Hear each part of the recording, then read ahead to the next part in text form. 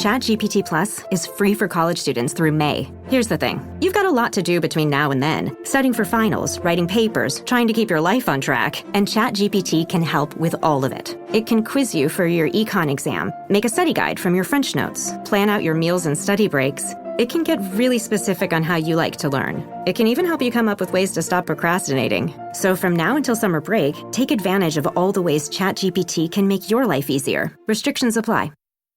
Richard Nixon, Ronald Reagan, George W. Bush, and Donald Trump. And a friend of mine for a long time, he only likes politics. If you ask him about how are the Yankees doing, he has no interest. If you ask him almost anything, he likes politics, and he's a professional at the highest level. Roger Stone. All of these presidents relied on one man to secure their seat in the Oval Office. That man is Roger Stone. This is The Roger Stone Show on 77 WABC. Presented by Legacy Precious Metals. This is Roger Stone, and we're back on The Roger Stone Show here at 77 WABC Radio. Folks tune in to The Roger Stone Show mostly because they love politics, and my guest today, Doug Kaplan, is one of the foremost survey researchers and political consultants in the country with more than 12 years in experience in American politics. He has empowered companies, nonprofits, as well as candidates to thrive by offering services in public relations, digital marketing, direct mail campaigns, call management, and precise and deadly accurate polling, that is survey research. I'm delighted to have Doug Kaplan join me today on The Roger Stone Show. Thank you, Roger. It's an honor. How are you? So you have given political commentary for Politico, Bloomberg, The Washington Post, The Washington Times, the Orlando Sentinel, and many others. I've heard you on the Howie Carr Show, on NPR, on All America's News. I'm really delighted that you could make the time to talk to us today. You've conducted over 500 public opinion polls in your career. You've been involved literally in thousands of political campaigns. Starting off, tell me your impressions of the final results of the much covered Iowa caucuses. Yeah, listen, it couldn't be better news for President Trump. He got over 50%. I believe it was a record margin. We're close to it. DeSantis got to kick it out. Not great news for him, though. In the cold weather, where it felt minus 20, we were told he had this enormous ground game. If that was the case, he should have turned out more people. He barely beat Nikki Haley, who really had no money in Iowa. So I think that Trump did well. DeSantis, not so good. And Haley survives to New Hampshire. To me, I think the intensity of Trump's supporters has been a key factor in this first contest. I think it's going to be a key factor in New Hampshire, also a key factor going forward. The Trump voter is a very deeply committed voter. Did you detect this kind of intensity in your polling? Absolutely. Like you said, Roger, it's a movement. And it's hard to beat a movement without COVID and campaigning in his basement with the mask. It's hard to see Trump losing last time, or whatever might have happened. But it's hard to see Biden getting anywhere near close if the condition of COVID doesn't happen when it happens. No, I did. I was happy, obviously, that he crested 50%. In my own personal prediction, I thought he might. I was feared that he might fall just short of it. Still, an amazing double-digit victory over the nearest contender.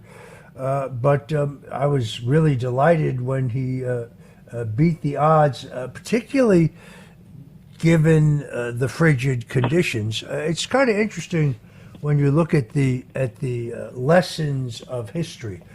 In 1980, Ronald Reagan, running in the Iowa caucuses, had a 22-point lead over his nearest challenger, former UN ambassador then George H.W. Bush in Iowa. But Reagan was overconfident, dropped into the state, did a couple high-profile events, but did very, very little retail campaigning, did very few public events, and then he was shocked in an upset. And for a brief moment, about a week, it actually appeared that George Bush had what he called the Big Mo. Then, interestingly enough, George Bush made the exact same mistake. In other words, Reagan headed directly to New Hampshire, and he stayed there for over a week, right up until they counted the votes. He, even though he was a august former governor of California, he did a series of rallies, but just hit the streets doing personal campaigning.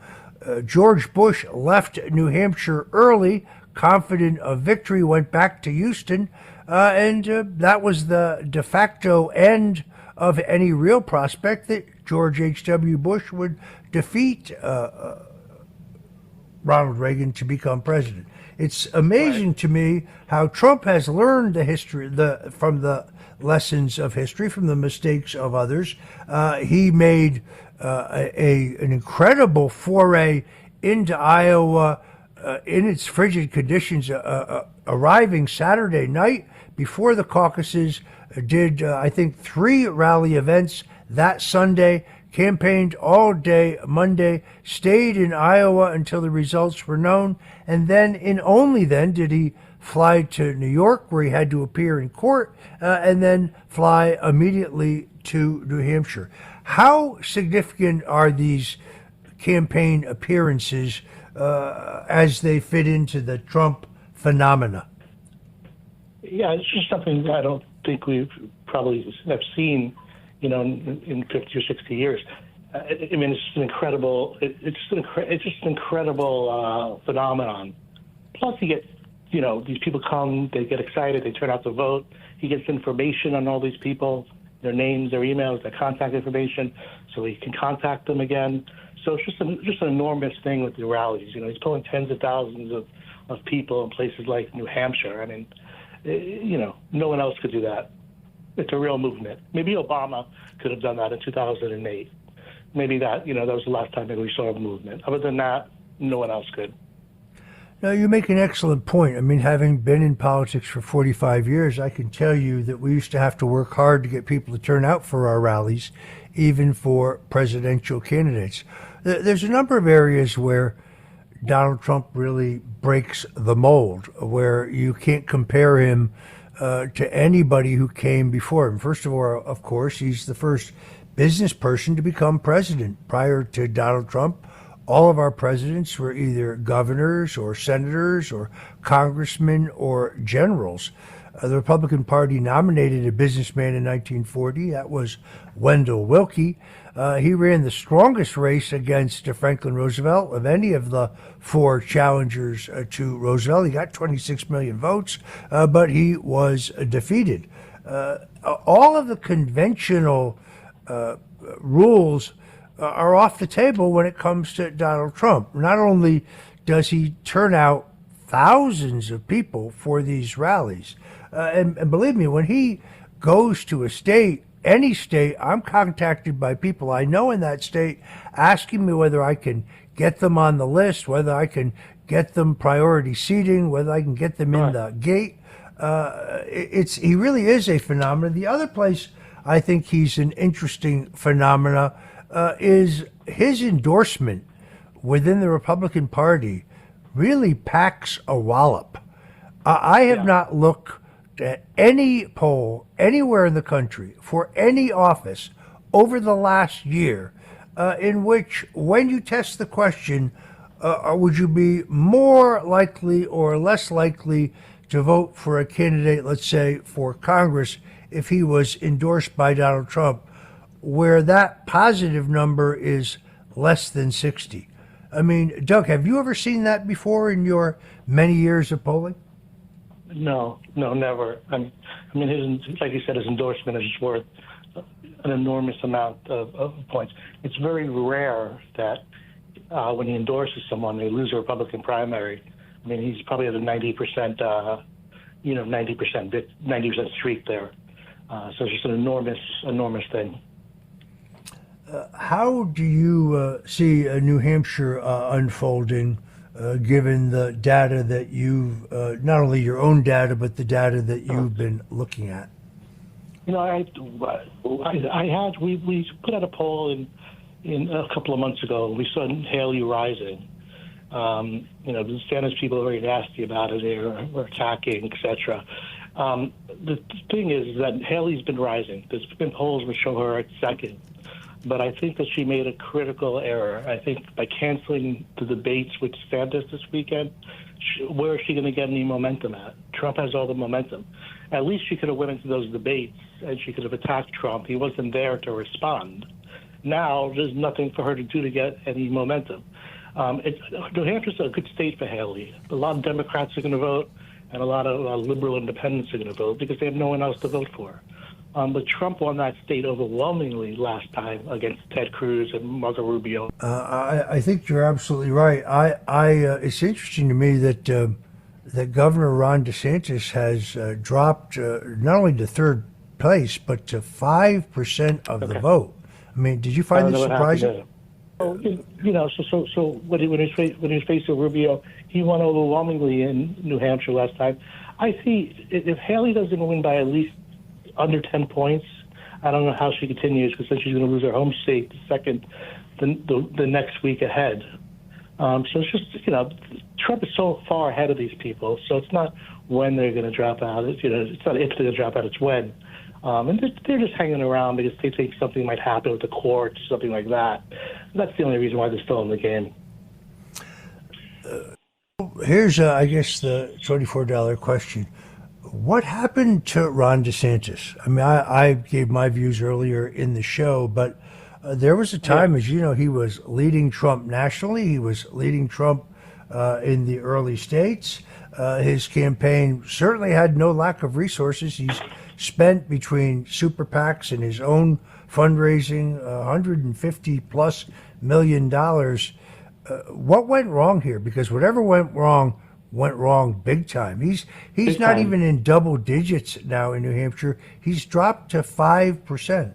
He might be behind Chris Christie, who is not even in the race anymore. That's how bad it is for him in New Hampshire. I guess that's true because Christie's name is still on the ballot since it's too late to get it off. Yeah. Well, what happened to him was, listen, he ran against Andrew. He did have a large. You live in Florida. He had a large victory last time, but so did Ashley Moody and Jimmy Petronis. Same margins, about 20 points. It was just a bad year in Florida for the Democrats. People read too much into that. They forgot 4 years before, this was the same guy that only beat Andrew Gilliam by half a point, a guy under federal investigation that was known for taking tickets to Hamilton, stuff like that, who was later indicted, got busted smoking crack, male prostitutes, and only won that race by half a point, and there was a major recount. So he was never a great candidate, and then he had a super majority in the Florida legislature, so he had a lot done, a lot of stuff that he was able to get done. He never had a Nancy Pelosi or Chuck Schumer to deal with. So if you have a super majority, you can get a lot done, and they were beholden to him because they thought he was going to win. And a lot of the fights that he got into, he's lost in court. So it looked great on paper, but he spent a ton of money, taxpayer money in court. And the final thing is in Florida, where he's under 50% now favorable, which is amazing, the home insurance crisis is starting to catch up to him, where people lost, insurance of doubling, tripling, quadrupling. If you're on a fixed income, even if you're wealthy, you can't afford the insurance anymore. And it's finally caught up to him. And people are paying attention to that issue locally. But I think DeSantis, with Trump, it's just hard to explain. He wanted to run a race. He never wanted to offend Trump. So he really never went after him with all that money. And, you know, he hired the same people as Ted Cruz, the same exact people. They ran the same exact race. And they squandered $150 million on nothing. So it's a pretty amazing thing. And you look at Marco Rubio endorsed Trump the other day. It was really a spit in the face of his home governor, DeSantis. And that was all about control of the Republican Party in Florida for 2028, you know. That's what that was about. But I don't think we've ever seen a campaign run like DeSantis before, an implosion like him. He was at 35%. Now he's under 10. Mic check. 1, 2. Are we recording? Hi, I'm Michelle Bernstein, an award-winning chef, restaurateur, and mom. I have a lot on my plate, including my psoriatic arthritis symptoms. That's why I was prescribed Cosentyx. It helps me move better. Cosentyx secukinumab is prescribed for people 2 years of age and older with active psoriatic arthritis. Don't use if you're allergic to Cosentyx. Before starting, get checked for tuberculosis. An increased risk of infections and lowered ability to fight them may occur, like tuberculosis or other serious bacterial, fungal, or viral infections. Some were fatal. Tell your doctor if you have an infection or symptoms like fevers, sweats, chills, muscle aches, or cough, had a vaccine or plan to, or if inflammatory bowel disease symptoms develop or worsen. Serious allergic reactions and severe eczema-like skin reactions may occur. Learn more at 1-844-COSENTYX or Cosentyx.com. Ask your rheumatologist about Cosentyx. This episode is brought to you by Progressive Insurance. Do you ever find yourself playing the budgeting game? Well, with the Name Your Price tool from Progressive, you can find options that fit your budget and potentially lower your bills. Try it at Progressive.com. Progressive Casualty Insurance Company and Affiliates. Price and coverage match limited by state law. Not available in all states. Yeah, early on, he refrained from attacking Donald Trump, even though he was under withering attack from Trump, who charged him with disloyalty, given Trump's role in DeSantis' meteoric rise. People who don't live in Florida may not be aware of the fact that 2018, Ron DeSantis was a largely unknown congressman with a not particularly distinguished record, struggling in the polls in a race for governor, struggling to raise money. And it was only the tweeted endorsement of Donald Trump, which catapulted DeSantis to the Republican gubernatorial nomination. And then after two, I would argue, bad debates with the mayor of Jacksonville, Andrew Gillum, at best a draw, although if you go back and look at them now, Gillum's superior knowledge of state issues and efforts to move to the center, despite the fact that he was in fact a radical progressive, Donald Trump had to come to Florida, change his schedule in the last 2 weeks to come to Florida 3 times to literally drag Ron DeSantis across the finish line. I think I was one of the first people in the country to tell President Trump that Ron DeSantis was going to challenge him in 2024. And he honestly, the first time I told him, he didn't believe me. And then shortly thereafter, he said, I think this guy might be prepared to challenge me. And I said, yes, he is. And then the third time, it was kind of, wow, this SOB, this ingrate is actually going to run against me. But in politics, your campaign has to have a rationale. Why are you running? If he was going to try to be the America First candidate, that space was already taken by the originator of the America First movement, Donald J. Trump himself. He had no argument. Listen, he got $1 billion in free press from Rupert Murdoch, and he thought that's what life was about. He never had a hard interview before. I mean, they were fawning on him on Fox News for about a year, and now he's complaining that stopped. But his press was just enormous. They'd have him on there every single day, and they would just fawn over him. And he must have got $1 billion of free press, and that went away for him. That's another thing that hurt him as well. Yeah, I kept the copy of the New York Post, the headline of which is "De Future," which was the day after he won stunning re-election. That hasn't worked out so well. And then, ironically, towards the end of the race, his attacks on President Donald Trump got increasingly shrill, increasingly personal. He essentially said he's too old for the job. He relies on a teleprompter. He didn't keep any of his promises. But then the most outrageous one is that he was getting support from the conservative media, including Fox, which, of course, is outrageous because Fox gave DeSantis an incredible ride.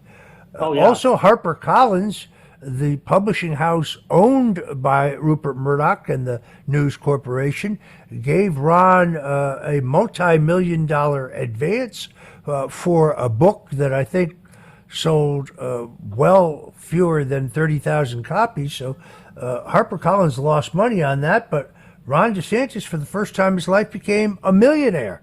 He and his wife. So nobody could have gone into this race with greater assets. I won't say advantages. I'd say assets than Ron DeSantis had. And then the irony of ironies, he says on MSNBC that no, he doesn't believe that the 2020 election was stolen. There were no irregularities. He didn't think there was anything wrong with Fox News calling Arizona for Biden before they had counted the votes in Arizona, yet he was complaining that on caucus night, based on projections from key precincts, that Fox and virtually every other news outlet had already declared Donald Trump the winner, while some caucus sites were still voting. The hypocrisy here is really thick. Really thick. Yeah, exactly. He also got exposed nationally. It's much different running in Florida against Adam Putnam or Charlie Crist. When you have money and you run on television and you don't have to go in little restaurants and meet people for coffee, and he's just not a good retail politician. Usually the guy who's second usually comes back and wins the nomination in 2028. He's by far not the favorite. I mean, we're talking 4 years down the road. But he's by far not the favorite to come back and say, okay, I'm going to pull a Nixon and come back. No way. I don't see how he does it. He's out of politics in 2 years. Yeah, I agree with that. People may not know this, but Florida has a term limitation, so he's in his second and therefore last term as governor. As Doug Kaplan just told us, Senator Marco Rubio, the senior senator from Florida, endorsed Donald Trump only days ago. That means both U.S. senators in Florida have now endorsed Donald Trump in Ron DeSantis' home state. And the deadline for DeSantis to take his name off the presidential primary ballot in Florida passed back on December 12th. It's too late to get his name off the ballot, even if he were, and I'm not saying he will because he's certainly not sharing his thoughts with me, but even if he were to withdraw from the race after the drubbing he's going to take next Tuesday in New Hampshire, it's too late to get his name off the Florida ballot. Right now, he would lose by, I would say, 50 points in his home state to Donald Trump. What an embarrassment. Yeah, terrible. It really is. It really is terrible. He also comes back to Florida in a different world. He's a lame duck. There are other people that are going to run for governor. People are talking about his wife running for governor. That's how much power he had just a couple of months ago. Now there's all different types of factions that are going to be fighting for that, nomination and winning governor and winning the race. So he's not going to have the power that he once did, where he's going to have a rubber stamp in the legislature. They're going to have the control. They have a supermajority. They can override them. And I think so. It's just a different atmosphere. And again, like you said, in 2 years, he's done. He's out of politics. He's got no Senate seat he can run for. Scott is running this year, so 6 more years. Rubio ran 2 years ago, so he's still 4 more years before his seat is. So he's literally out of politics for 2 years with nothing to do. And without the governorship, no fulcrum from which to raise money. I mean, a lot of the money he raised was special interest money, people who gave not because they liked him, but because they felt that they had to. That's right. And again, listen, it was a Florida PAC, which he totally took that money and put it into a federal PAC, which never should have happened. If the FEC did anything, they should have investigated that, because you can't transfer money like that, the way he did that. Yeah, the legality of that is, as you point out, quite questionable. Doug, what's the future of Nikki Haley in this race? She's at least in double digits in New Hampshire. She's got Governor Chris Sununu, the moderate Republican governor, working overtime to try to drag non-Republicans into the Republican primary. As you point out, the schedule goes next to her home state of South Carolina, where she's also trailing Trump badly. What does she have to do in New Hampshire to be viable in this race? Well, she's got to come within 10, I think, and she's got to at least finish second in South Carolina, her home state, by the way, to last the Super Tuesday, and that's what she's hoping for. And then DeSantis drops out, so it's a one-on-one race, her versus Trump. And she lives another day. Maybe she gets some super PAC money in there, and she's able to win some delegates in some open primary states where independents and Democrats can vote. It is impressive that she's probably the last person standing, when she really didn't have any consultants or any money or any big backers. So for her to get ahead of DeSantis and the rest of the crew is quite impressive of what she's done. But she has no chance to be president. But it is impressive of what she's done. Yeah, what I would not like to see is a situation like we had in 1980, where after Reagan had clearly dispatched Bush and had enough delegates to be nominated, Bush remained in the race largely just because he still had money in the bank due to shrewd campaign budgeting by James A. Baker III, his campaign manager, and Bush was de facto running for vice president. This whole idea of a Bush-Haley ticket is extremely distasteful to me and most America First Republicans that I know. You got two factors here. First, there is the personal integrity factor. Nikki Haley looked Donald Trump in the eye and told him that if he ran, he was among our greatest presidents and she would not run. And then she broke her word. DeSantis was more duplicitous. He just did it. He never promised not to do it. He just did it. But in the case of Nikki Haley, she lied to the man himself. And then secondarily, their views are just so antithetically different when it comes to our foreign entanglements. Trump was elected in 2016 as a non-interventionist. He was very successful as president of bringing our troops home without the countries in the Middle East where they were stationed collapsing into chaos, unlike what Biden did in Afghanistan. The American people, I don't think, have any taste for more endless foreign war costing us billions of dollars when we have very real problems, very real issues here in the United States. This is the exact wrong time for a candidate who, in many ways, at least on the foreign policy front, is a pale comparison to Joe Biden. It's hard for me to see where their views diverge. I don't think there's a constituency for that neocon foreign war philosophy in the modern Republican Party. I agree. It's a percentage. For a lot of those people have moved already. They're Democrats now. They're the strong Bush voters, the neoconservatives. They become Bush voters. They become Democrats already. The people that you see on MSNBC and CNN that were once Republicans or call themselves Republicans, and Republicans in name only, but they voted for Joe Biden. So they already moved. To think, I highly doubt he picks a Nikki Haley. I don't think he needs her. When he could pick, I think he picks someone like Elise Stefanik or Tim Scott. I think Haley and him would just not get along, and it would be a disaster. He's got to pick someone like that would like a Pence model, where they're not going to overshadow him or make it about them. But I could be wrong, you know? Former President Richard Nixon once told me, when choosing a vice president, don't look for someone who can help you. There is no one who can help you. Just look for someone who doesn't hurt you. Exactly. I joked a couple weeks ago that if Donald Trump picked Nikki Haley, well, he'd need a food taster. I think the blood is not good.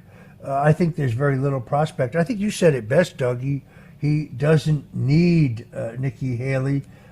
She hasn't developed the kind of following in the country. I think she confounded a lot of people on caucus night when she said, even though she came in third, this is now a two-person race. Although now that you look at these poll numbers, that may actually be true. Yeah. Yeah, I think it is. I think it is a two-person race, unless somehow DeSantis surprises in South Carolina. I just don't know how he does it, since it's her state. She's going to get some. Granted, she hasn't been governor in a while, but it's hard to think all of a sudden DeSantis is going to leapfrog, especially when he doesn't have any. Where's he going to get the momentum from? He doesn't get to debate her. So that could be a reason why she canceled it as well, to save herself in South Carolina in case she made a mistake. She would have, she saved herself in South Carolina.